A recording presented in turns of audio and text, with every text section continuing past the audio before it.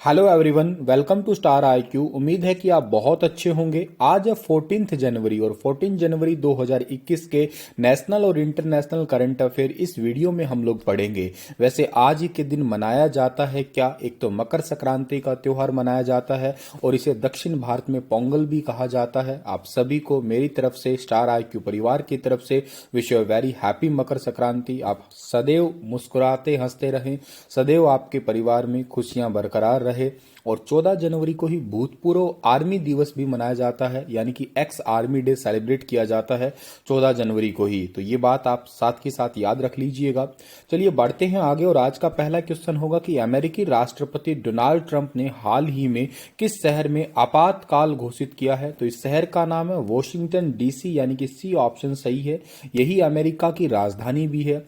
आप सभी को बता देता हूं, वैसे 20 जनवरी 2021 को यहां के नवनिर्वाचित राष्ट्रपति, जिनका नाम है जो बाइडेन, वो अपना कार्यभार ग्रहण करने ही वाले हैं। लेकिन उनसे पहले इन्होंने, डोनाल्ड ट्रंप ने आपातकाल की स्थिति जो है वो पैदा कर दी है और आपातकाल घोषित कर दिया है। यहाँ पे आपातकाल की घोषणा ट्रंप समर्थकों द्वारा 6 जनवरी 2021 को जो है यूएस कैपिटल भवन की सुरक्षा भंग करने के बाद हुई थी और एक बहुत ही हिंसक प्रदर्शन भी हुआ था। और अमेरिका में तकरीबन इस हिंसक प्रदर्शन में 5 लोग मारे भी गए थे, बहुत सारे लोग जख्मी भी हुए थे और पुलिस प्रदर्शनकारियों को जो है बहुत सारे आंसू गैस के गोले भी छोड़ने पड़े थे। और तकरीबन तकरीबन जो है 4 से 5 हजार के लोग के आसपास लोगों को गिरफ्तार भी किया गया था इस दौरान। आगे बढ़ते हैं। अगला क्वेश्चन होगा क्या कि भारत के किस राज्य ने बर्ड फ्लू के कारण एहतियात के तौर पे पड़ोसी राज्यों से प्रवेश पर प्रतिबंध लगा दिया है? खैर, ये बात तो यूं कह दीजिएगा आप लोग कि 2020 तो जो है वो चमगादड़ों ने टपा दिया और 2021 जो है वो टपाने वाले हैं ये कौवे और मुर्गे। ठीक है, खैर ये तो एक जोक की बात हुई हरियाणवी भाषा में, लेकिन सीधी सी बात तो ये है कि 2020 में तो भाई कोरोना वायरस के पीछे लगे रहे थे और अब जो है एक प्रकार का नया वायरस हमें देखने को मिल रहा है। ठीक है, हालांकि कोई नया नहीं है, लेकिन यूं है कि स्प्रेडिंग तो मिल ही रही है। और इस बर्ड फ्लू के कारण जो है अभी रिसेंटली एहतियात बरतने के लिए कहा है गोवा ने, यानी कि सी ऑप्शन जो है इस क्वेश्चन का हमारा वो बिल्कुल ठीक रहेगा। भारत के कई राज्यों में जो है अभी रिसेंटली ही मंडे को ही जो है बर्ड फ्लू की वजह से मृत पाए गए हैं, सैकड़ों पक्षी पाए गए हैं। और केंद्र सरकार ने भी क्या है कि भारत के 10 राज्यों में अब तक बर्ड फ्लू फैलने की पुष्टि हुई है। इसलिए गोवा राज्य की सरकार ने कह दिया है कि दूसरे राज्यों के अगर कोई आते हैं यहाँ पे पड़ोसी राज्य, तो वो थोड़ा सा एहतियात जरूर बरते। ये घोषणा की है गोवा के मुख्यमंत्री प्रमोद कुमार सावंत ने। एक बात याद रखिएगा, इसके लक्षण को पहचाने कैसे?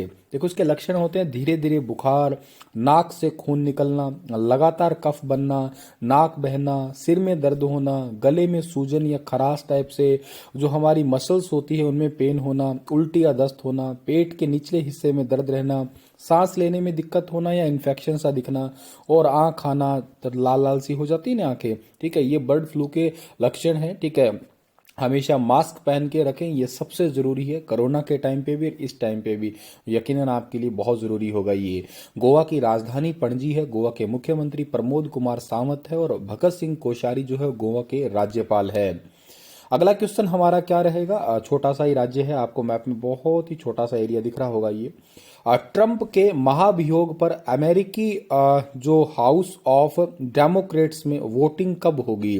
तो ट्रंप के महाभियोग पे जो है अमेरिकी जो आपका वोटिंग हाउस है, अमेरिकी हाउस ऑफ डेमोक्रेट्स है, यहाँ पे वोटिंग होने वाली है 13 जनवरी को। ठीक है, 13 जनवरी को हुई है मतलब अभी वोटिंग, लेकिन वो वोटिंग होने की कंडीशन पे ही यूं कहिएगा आप लोग, ये आपातकाल की स्थिति पैदा हुई है। और अमेरिकी डेमोक्रेट्स ने जो है 11 जनवरी को दूसरी बार राष्ट्रपति डोनाल्ड ट्रंप पर महाभियोग चलाने की प्रक्रिया शुरू कर दी थी। ठीक है, हालांकि इससे पहले भी जो है डोनाल्ड ट्रंप पे महाभियोग चल चुका है, लेकिन वही बात है कि ये तो भाई पैर अपने जमा चुके हैं, इतना जल्दी तो कहाँ हटने वाले हैं ये। ठीक है, और 12 जनवरी को एक प्रस्ताव पर मतदान किया और उसके बाद में जो है 25वें संविधान का आह्वान किया जाएगा और अमेरिकी राष्ट्रपति पर महाभियोग चलाने के लिए वोट दिए जाएंगे, महाभियोग यहाँ से हटाने के लिए, और अब नए राष्ट्रपति जो है वो आ जाए यहाँ पे इस सत्ता के ऊपर।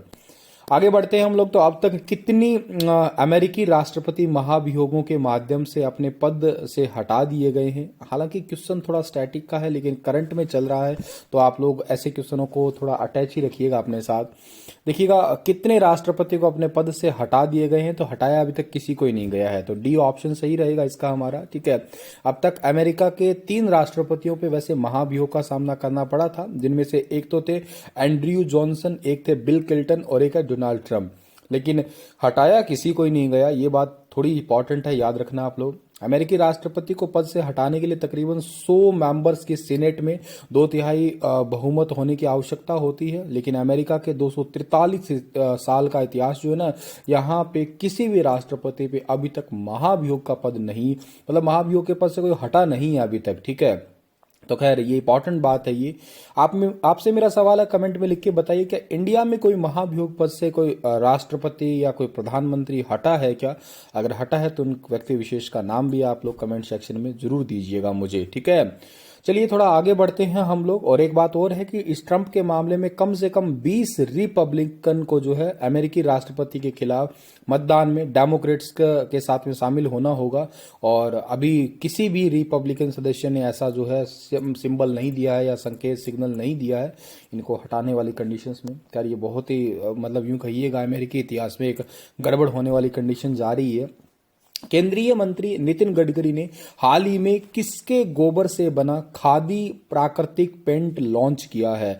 खादी प्राकृतिक पेंट लॉन्च किया है गाय के गोबर से, यानी कि बी ऑप्शन जो है इस क्वेश्चन का वो बिल्कुल ठीक रहेगा यहाँ पे। ठीक है, और ये पेंट जो है इको फ्रेंडली होगा, नॉन टॉक्सिक होगा, एंटी बैक्टीरियल होगा, एंटी फंगल होगा, वॉशेबल भी होगा, और पेंट को लॉन्च करने का उद्देश्य है कि किसानों की आय बढ़ जाएगी भाई। ठीक है, कौन से डिपार्टमेंट ने लॉन्च किया है? खादी और ग्रामोद्योग विभाग ने इसे लॉन्च किया है। ठीक है भाई, आगे बढ़ते हैं। अगला क्वेश्चन होगा कि दुर्लभ धातु वैनेडियम किस भारतीय राज्य में पाया गया है? One of the very very important question. और वैनेडियम पाया गया है रिसेंटली अरुणाचल प्रदेश में। डी ऑप्शन जो है इस क्वेश्चन का हमारा वो बिल्कुल ठीक रहेगा। बहुत इंपॉर्टेंट क्वेश्चन है ये।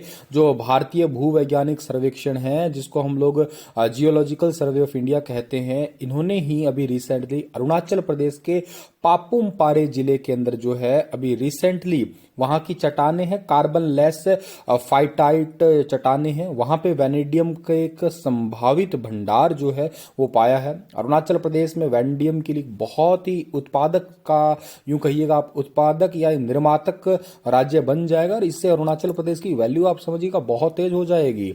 और ये एक बहुत ही यूं कहिएगा हाई क्वालिटी की धातु है। इसका उपयोग किस लिए करते हैं? स्टील और टाइटेनियम को मजबूत करने में इसका यूज किया जाता है।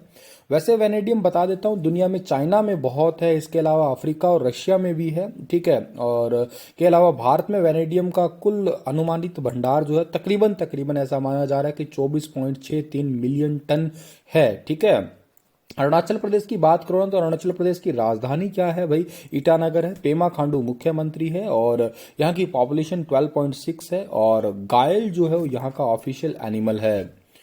17 जनवरी को कौन सी अंतरिक्ष एजेंसी दुनिया की सबसे शक्तिशाली रॉकेट लॉन्च करेगी? दुनिया का सबसे शक्तिशाली रॉकेट लॉन्च करने वाली है नासा करने वाली है भाई। ठीक है, नासा के बारे में तो आप बहुत अच्छे से जानते होंगे। 17 जनवरी 2021 को दुनिया का सबसे शक्तिशाली रॉकेट लॉन्च करने के लिए तैयार कर दिया गया है। नासा ने इसे स्पेस लॉन्च सिस्टम का नाम दिया है, और स्पेस लॉन्च सिस्टम यानी कि SLS, ठीक है, ये एक प्रकार का रॉकेट है जो कि चंद्रमा की सतह पे जो है पहली महिला और अगले आदमी को उतारने के लिए कोशिश की जाएगी। ठीक है, तो ये काफी इंपॉर्टेंट होगा ये क्वेश्चन आपका।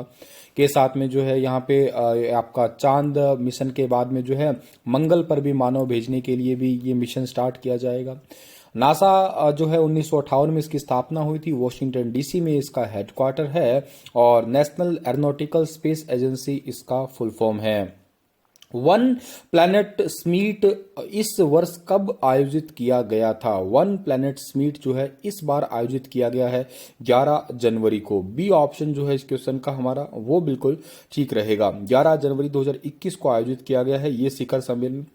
और इसका उद्देश्य क्या होता है? प्रकृति और जो परिस्थिति होती है ना, उस तंत्र को थोड़ा बचाना। मतलब जैसे हम लोग रह रहे हैं, यहाँ पे पानी है, यहाँ पे जीव है, जंतु है, यहाँ का एटमॉस्फेयर है, इन सभी चीजों को एक बैलेंस बनाना, यही एक फोकस रहता है इसके अंदर। ठीक है, ऐतिहासिक पेरिस समझौते के 2 साल बाद वन प्लैनेट शिखर सम्मेलन 2017 में आयोजित किया गया था और जिसमें 12 अंतर्राष्ट्रीय प्रतिबद्धताओं को अपनाया गया था। काफी अच्छा क्वेश्चन है, जरूर है, आपको याद करना। ठीक है भाई, आगे बढ़ते हैं। अगला क्वेश्चन हमारा क्या रहेगा, निम्न में से किस गणराज्य के राष्ट्रपति फॉस्टिन आर्केज टोडेरा को 53% से अधिक वोटों के साथ फिर से चुन लिया गया है? तो ये है मध्य अफ्रीकी गणराज्य के। ठीक है, ए ऑप्शन जो है इस क्वेश्चन का बिल्कुल ठीक है। 63 साल के हैं फॉस्टिन आर्केज टाडोरा और को 3% से अधिक वोटों के साथ में फिर से चुन लिया गया है और नवनिर्वाचित राष्ट्रपति है। ये अपने क्षेत्र में जो है नियंत्रण हासिल करने के लिए इन्होंने बहुत संघर्ष भी किया है ये। ठीक है, आगे बढ़ते हैं। अगला क्वेश्चन होगा, आईसीसी की जारी टेस्ट रैंकिंग में विराट कोहली को पीछे छोड़ के कौन दूसरे स्थान पे पहुंच गए हैं? तो ये पहुंच गए हैं स्टीव स्मिथ पहुंच चुके हैं। सी ऑप्शन जो है इस क्वेश्चन का बिल्कुल ठीक रहेगा। भारतीय कप्तान विराट कोहली को पीछे छोड़ा है इन्होंने। स्टीव स्मिथ ने भारत के खिलाफ टेस्ट सीरीज में 3 मैच में 44.40 की औसत से 222 रन बनाए हैं और सिडनी टेस्ट में इन्होंने पहली पारी में 131 और दूसरी में 81 रन बनाए थे। चलिए अभी प्यारे बच्चों, इसी के साथ ये लेक्चर तो समाप्त करता हूं मैं। कल फिर हाजिर होता हूं लेटेस्ट अपडेट के साथ। तब तक आप हंसते रहना, मुस्कुराते रहना, अपने ख्याल रखिएगा। Stay happy, stay healthy.